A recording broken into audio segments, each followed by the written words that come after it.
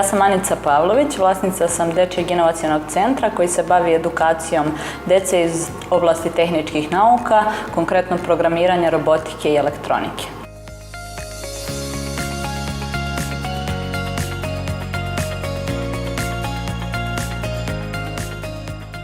Ja sam studirala na odseku za robotiku i nekako još od malena sam voljela tehničke nauke i negdje se bavila time, tako da je negdje logičan sled bio da se desi ovako nešto. Postoje već slični programi, međutim mi smo nekako spojili više različitih oblasti u robotiku, uopšte u tu jednu oblast, i onda deca imaju rad sa tim Lego setovima, zatim kreativne radionice na kojima prave robote od nule, bukvalno s pomoć tih elektronskih komponenti, a onda kombinuju te dve stvari i na taj način zaokružujemo cijelu tu priču.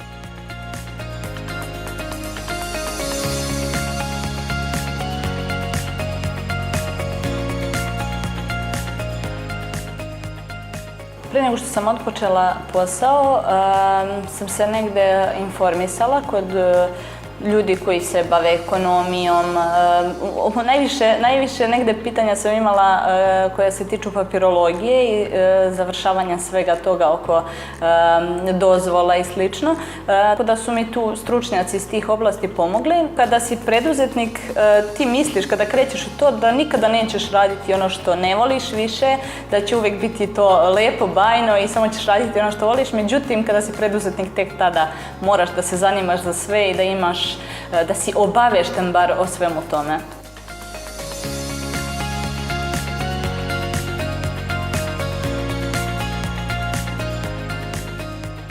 Za državnu pomoć za sada nismo konkurisali. Planiramo da se prijavimo za inovacioni vaučer. Znamo da postoje i konkurisali smo kao udruženje kod ministarstava i tu smo zaista dobijali pomoć koja je dovela do vrhunskih rezultata.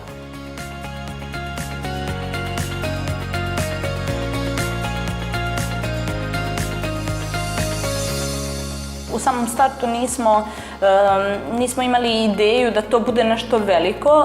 Htjeli smo da počnemo malim koracima, čisto da bismo mogli da kontrolišemo situaciju. Što se tiče biznis plana, nismo ga imali, to je bilo onako iz srca i duše smo krenuli u sve to. Moje iskustvo kaže da on nije neophodan. Najčešće ono što napišete i što osmislite nema baš nikakve veze sa onim što se na kraju desi.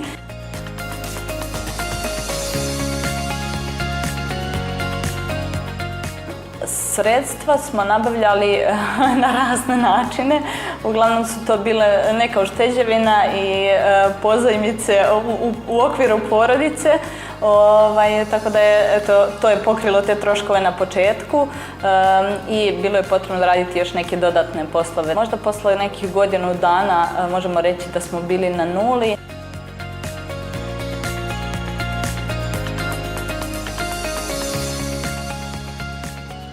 Najteže kada je u pitanju taj sam put i proces otvaranja firme i svega ostalog je opet ta papirologija. A i ta istrajnost, generalno to je najzahtevnije istrajati u svemu tome. Strah postoji i sada. Negdje je najveći strah da li će postojati interesovanje za to i dalje.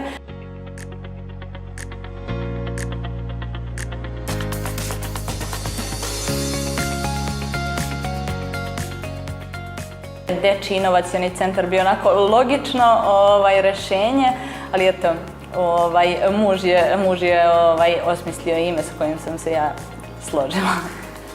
Što se tiče reklamiranja, uglavnom to radimo na društvenim mrežama, Instagram i Facebook. Također i kroz profesori koji rade u našoj školi, opet svoje đake informišu o tome što radimo. Ja sam imala sreću da sam ranije, dok nisam započela ovaj posao, vodila neki svoj Instagram profil i tu ostvarila kontakt sa dosta influencera koji sada rado podele ono što radim i negdje se na taj način podržavamo, tako da sa te strane može da bude korisno i da kažem besplatno, ali opet ništa od toga nije besplatno, sve zahteva ulaganje ili vremena ili novca.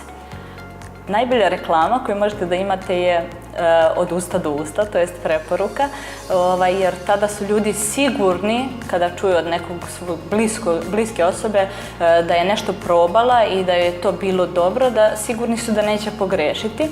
Deca koja se zaista trude i koja rade i koji imaju želju i dolaze na naše radionice mogu postati deo te takmičarske ekipe i pripremati se za takmičenje potpuno besplatno, raditi sa vrhunskim mentorima.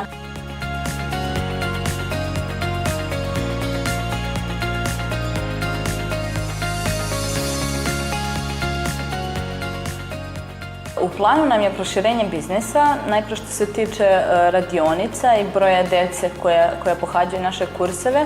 Negde smo išli sporo, ali sigurno bio nam je fokus na tome da sačuvamo kvalitet. Što se tiče konkretnih koraka, kada je razvoj biznisa u pitanju, ne bih mogla sad baš da ih taksativno nabrojim, ali negde je najbitnija ta ideja i želja, naravno imati negde predstavu kako krenuti i negde nuditi kvalitet konstantno, znači da to bude fokus.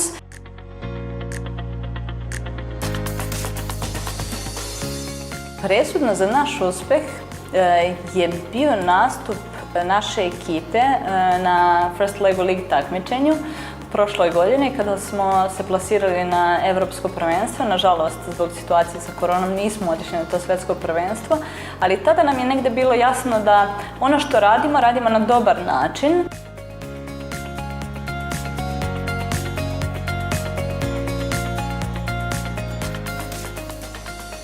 Kada ste preduzetnik, razmišljate u poslu 24/7, tu jednostavno, bar za mene, nema slobodnog dana. Nije to možda konkretan rad svaki dan, ali neko razmišljanje, razvoj nekih novih ideja, kontaktiranje nekih novih ljudi, to je konstantno.